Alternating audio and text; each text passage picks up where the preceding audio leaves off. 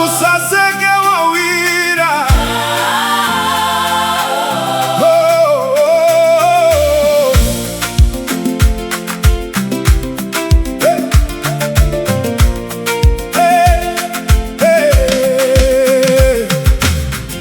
Usaseke mumwe wako panovira pasi, mangwani we ungawira panzvimbo iyoyo.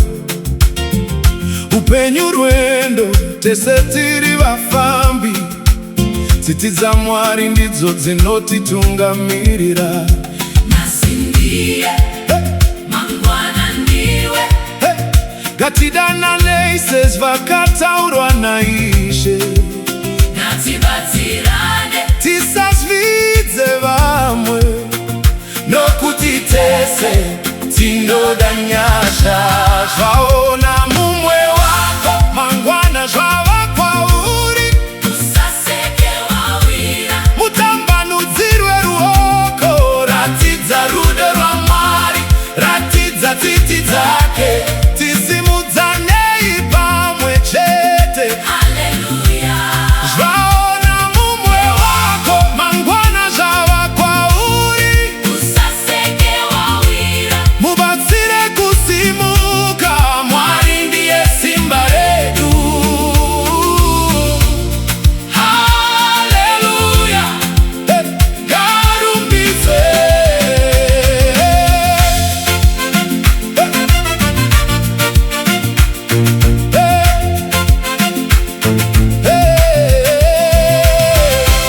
Mwari vanoda moyo une tsitsi, unobatsira vasina simba.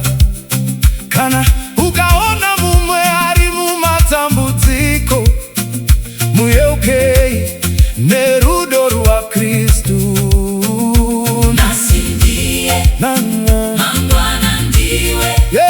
Ngatitsigirane murwendo urwu, ngatinyaradzane, ngatikurudzirane, nokuti Mwari vanotichengeta. Jesu akati, Dananai, musatonga kana kuzvikudza. munhu wese anoda nyasha. Munhu